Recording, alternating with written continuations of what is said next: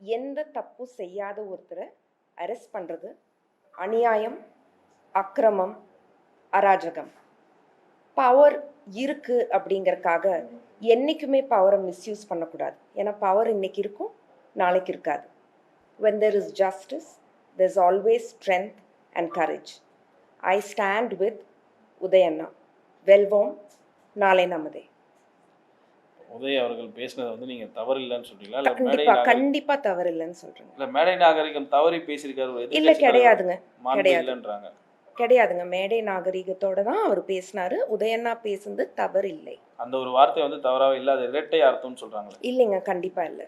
இல்ல பெண்கள் எல்லாம் பாதிக்குது இந்த ஒரு வார்த்தை, ஒரு குறிப்பா ஒரு பெண் நடிகையை சொல்றாங்க அப்படின்னு சொல்றாங்க.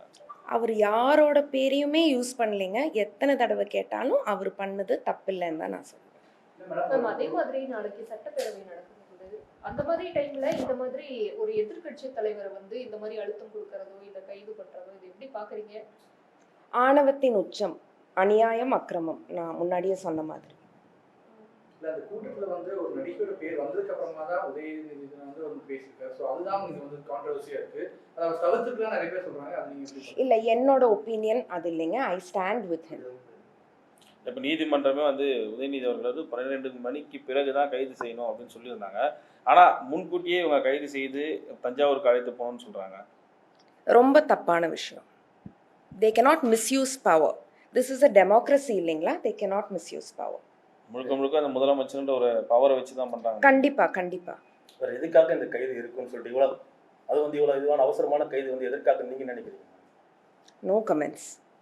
அவங்க பவர் இருக்குங்கிறதுக்காக they can do whatever they want அப்படின்னு நினைச்சிட்டு இருக்காங்க. திமுக கூட்டணி கட்சியில இருந்த தலைவர்களுமே இதுக்கு வந்து எதிர்ப்பு தெரிவிச்சிருக்காங்க. இது வந்து ஏதாவது இல்ல, ஐ ஸ்டாண்ட் வித் உதயண்ணா. அவ்வளவுதான் நான் சொல்லிக்க விரும்புறேன். நடிகை குஷ்பு உள்ளிட்டவர்லாம் பார்த்தீங்கன்னா கண்டனம் தெரிவிச்சாங்க. பெண்களை நோ கமெண்ட்ஸ். பார்த்தங்க, நோ கமெண்ட்ஸ். கமெண்ட்ஸ் எதுக்குமே கொடுக்காம தான் அப்புறம் இல்ல, அவங்களுக்கு ரைட்னு தோன்றது அவங்க சொல்றாங்க.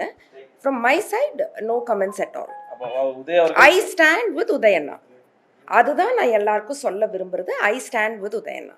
அப்ப உதயண்ணா பேசுனது நீங்க தப்பு இல்லைன்றீங்க? 100-200% தப்பு கிடையாது. அந்த இரட்டை அர்த்தம் கூடிய வார்த்தை அப்படி அவர் பேசவே இல்லைங்க. பேசியிருக்காரு, அது காணொலியில இருக்கு. இல்லைங்க, I won't agree. நீங்க சொல்றதுனால நான் அக்ரி பண்ணணும்னு இல்லைங்க ப்ரோ. அதை பேசி முடிச்சுட்டு தான் அதுக்கப்புறமா இல்லை நான் காவிரி தண்ணியை பற்றி தான் பேசினேன் அப்படின்றாங்க. இல்லை, அவர் பேசுனது தப்பு இல்லைங்க. எத்தனை தடவை கேட்டாலும் my answer is the same. செய்திகளை உடனுக்குடன் தெரிந்து கொள்ள கீழ்கண்ட கேபிள் மற்றும் டிடிஹெச் நெட்வொர்க்குகளில் எம்நாடு செய்தி தொலைக்காட்சியை காணுங்கள். பாதகம் செய்பவரை கண்டால் நாம் பயம் கொள்ளலாகாது பாப்பா.